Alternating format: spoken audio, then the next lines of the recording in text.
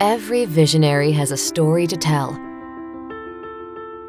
These stories educate and inspire us all.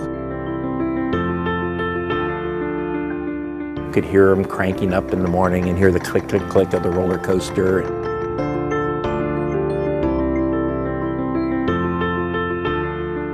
It's really feeling satisfied and feeling gratified with bringing happiness to young children, especially families. Working with people who are having a good time is so much better than any other job. Join us as we learn from these trailblazers.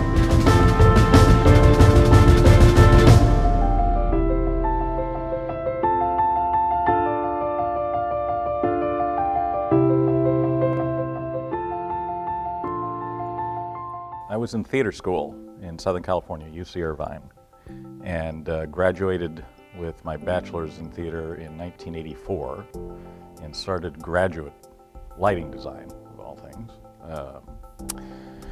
But an opportunity came up to be a stagehand at Disneyland, and I applied for that job and got it in 1986. So I left school and started working as a stagehand at Disneyland. And so we had, my first season was the Christmas season in Southern California, which, not terribly Christmassy, but still, we had a good time. And at that point, I just sort of went all in and stayed with the entertainment department, entertainment division, technical services it was called, and worked my way up and into a full-time cast member. And it was hooked. I saw an ad for Director of Exhibit Design for the Franklin Institute in Philadelphia.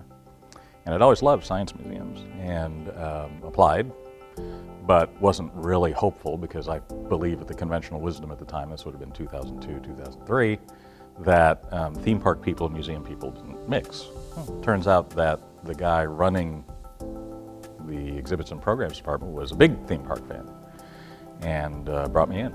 And from that point on, just started really rolling into the museum field.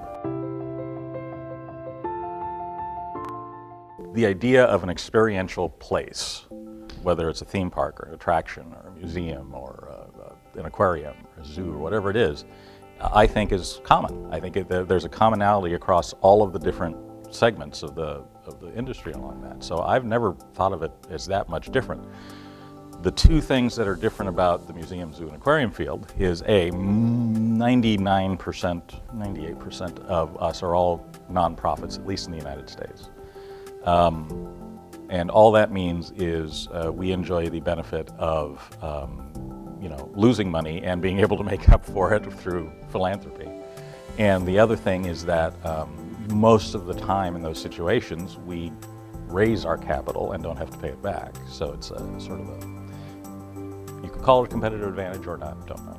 But in terms of how to execute what we do, I have never drawn a distinction between the two. I think that at the beginning of the day, the question that's different is, looking back at my Disney days, how can we make today the most fun day for our guests? Museum, it's how can we make today the most fun and educational day for our guests? And trying to just sort of look at it that way. Now, the other thing I will say about the sort of nonprofit museum-y aquarium field is we are becoming more and more involved in things outside of the borders of our facilities, whether it's a zoo or whatever. There's a lot of reaching out into the community to do things. So we'll bring our animals or our science shows, or we have a portable planetarium we take around. So we're bringing those experiences out into the community because the reality is that either through socioeconomic reasons or distance or whatever, visitation for us as a field is sort of plateauing. And because we have, I hesitate to use these words, but I will, we have sort of a social contract for what we do. In other words, are we a facility that's fun? Yes, absolutely. Do people come in and experience stuff and play with things? Yes, they do. But there is an implied social contract I believe we have, which is that as people are coming to experience what we're doing, there is supposed to be some sort of educational fulfillment happening as a result of that.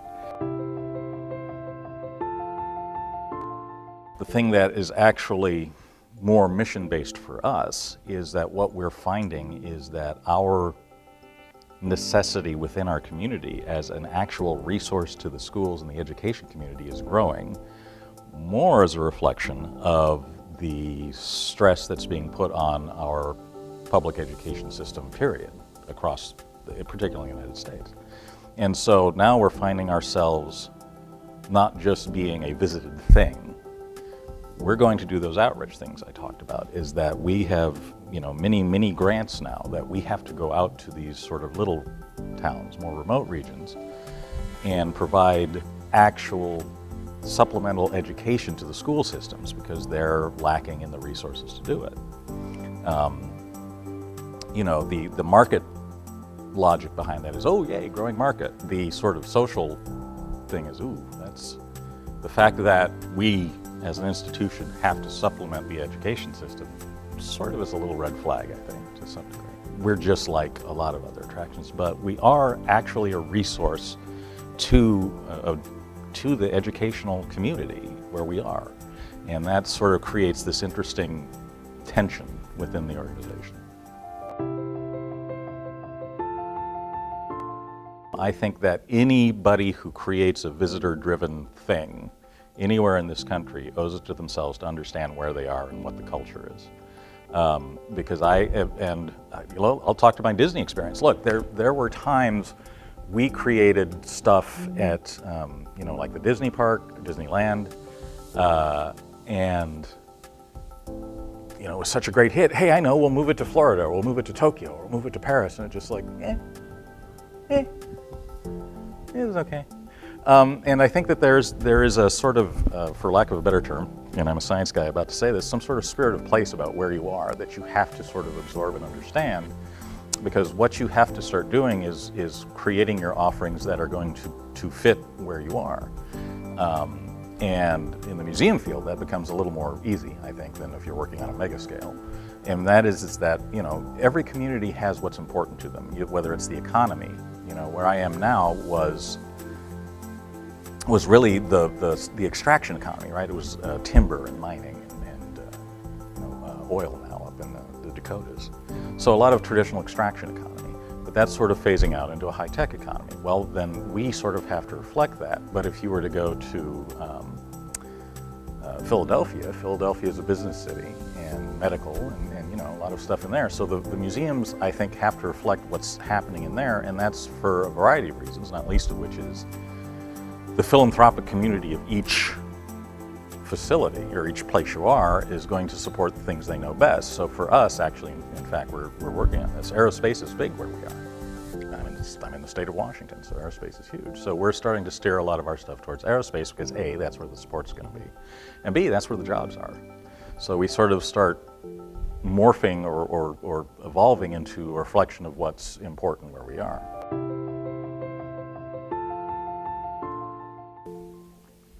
I believe there's every stage we all go through as we go through this is that when you were younger and you were starting out, and I'm sure very much like everyone else, it was exciting to be part of this and you wanted to be deeper into the industry, make those connections, find out where the work is, because that's always the important part.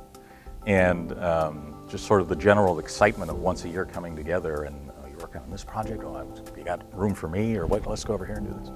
And I think that just sort of commonality of understanding, because I'll tell you right now that my mom still doesn't understand what I do. But knowing that you're in a place where people do, and to have those conversations and have those connections, I think is hugely important. And I think that what we do is fun, but it's not easy either. Let's be completely clear. There's a lot of hard work that goes into what we all collectively do here. And to know that we can come together once or twice a year, depending on how many things you want to go to, and feel validated for what you do because everybody is sharing that experience, I think is huge. It's hugely important. It does recharge the batteries. You do come away feeling like, okay, I'm not crazy. Okay, but not in the way we think. And I think that those emotional connections are really important. I do think that some point here in the next decade or so, the idea of what an attraction is and how that's going to work is going to have to be really looked at, because there's a generation of young people whose experience is now defined by a little 4-inch screen, and that's going to require some thinking about how to impact what that means. But I do think that when we're looking at the kids who are 9, 10, 11, 12, 15, 16 now, that there's a paradigm shift in how they access the world. And I don't know quite yet that we understand how that's going to impact the idea of what it is we do. And I think the idea of what being social is going to change as well, because the idea of being social in terms of physical proximity is probably going to change, because now people have virtual proximity. And so I don't quite know yet if we understand how that impacts what we do. But that's not a death knell or anything. I just think it's an interesting cultural change that we sort of have to keep an eye on and try and understand better. But in terms of people wanting to get out and visit a thing, I don't see that changing inherently. But I do think the frequency of that might change based on how people are using their technology to interact.